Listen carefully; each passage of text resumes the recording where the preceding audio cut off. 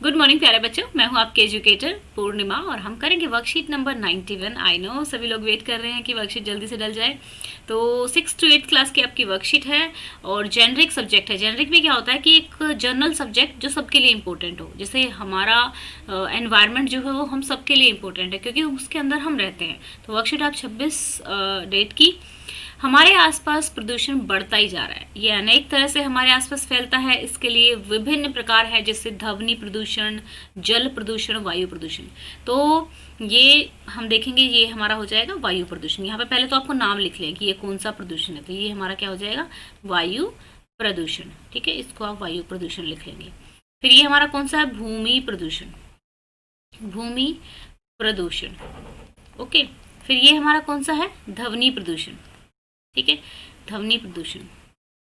ध्वनि प्रदूषण से हम लोग बहुत ही ज़्यादा इरिटेट हो जाते हैं। मैं तो लाइक बहुत देर तक ऐसे मशीनों की आवाज़ आती रहे, या फिर जैसे कई बार क्या होता है, जब आपने देखा है कभी घर बन रहा हो किसी का और जो फर्श होता है उसकी घिसाई चल रही हो, तो वो खर खर की आवाज़ आती रहती है, वो कितना इरिटेटिंग होती है। तो ऐसी बहुत सारे लाइक व्हीकल्स बार बार आते रहे। आप लोगों ने भी देखा होगा कि जब मैं वीडियो बना रही होती हूँ, कई बार बाहर से आवाज़ आ रही होती है। हालांकि हमारे घर में कोई वो नहीं है, आवाज़ नहीं आ रही है, बट फिर भी बाहर से आवाज़ आ रही है, हम डिस्टर्ब हो रहे हैं उन चीज़ों से, है ना। तो वो हो गया हमारा ध्वनि प्रदूषण। बहुत तेज़ जो हमारी मतलब हमें हमें हेडेक कर दे, इरिटेट कर दे, तो वो हो गया ध्वनि प्रदूषण। अब हमारा ये है जल प्रदूषण। ठीक है, और आपको पता है हमारा सारे जो प्रदूषण है ना एक दूसरे से कनेक्टेड हैं। हम ये नहीं कह सकते कि हाँ भाई ये सिर्फ एक ही प्रदूषण, जैसे फॉर एग्जांपल आपका धुआं वगैरह है, गाड़ी वगैरह है, तो वो वायु में जाता है, फिर वायु से वो जल में भी जाता है। तो इसी तरीके से हमारा सब कुछ इंटरकनेक्टेड है, क्योंकि हमारा जो एनवायरनमेंट है, और ये भी कह सकते हैं कि जो प्रदूषण होता है ना वो किसी एक रीज़न का नहीं होता है। ठीक है, एक पर्टिकुलर टाइम पे एक रीज़न का होता है, लेकिन जो एटमॉस्फेयर है हमारा, उसमें जो जो भी कण होते हैं वो सर्कुलेट होते रहते हैं। तो जो मुद्दा पर्यावरण का होता है वो पूरा वैश्विक होता है। वैश्विक मतलब पूरे विश्व का होता है, ना कि एक रीजन का होता है। तो चलिए बच्चों, हम कई बार कर चुके हैं प्रदूषण के बारे में। इनसे हमारे जीवन पर और हमारे आसपास पर क्या बुरे प्रभाव पड़ते हैं, लिखिए। आप नीचे दी गई तस्वीरों का क्या कर सकते हैं, हेल्प ले सकते हैं। तो यहाँ पे देख सकते हैं कि जीव जंतु मर जाते हैं, हम बीमार हो जाते हैं, हमारा गला खराब हो जाता है। ठीक है, जल प्रदूषण। तो इन पिक्चर्स की आप सहायता लेते हुए लिख सकते हैं। तो चलिए बच्चा, आप किस तरीके से लिखेंगे ये देख लीजिएगा। ठीक है, यहाँ पे आप देख सकते हैं प्रदूषण से हमारे स्वास्थ्य और आसपास के पर्यावरण पर बुरे प्रभाव पड़ते हैं। दूषित वायु से हमारे फेफड़ों को नुकसान पहुंचता है, दमा, खसरा, टीबी आदि बीमारियां हो जाती हैं। जल प्रदूषण से डायरिया, पीलिया, टाइफाइड, हैजा जैसी खतरनाक बीमारियां होती हैं और नदियों और तालाबों में रहने वाले जीवों की प्रजातियां भी नष्ट हो जाती हैं। ध्वनि प्रदूषण, इसको ठीक करना, प्रदूषण है।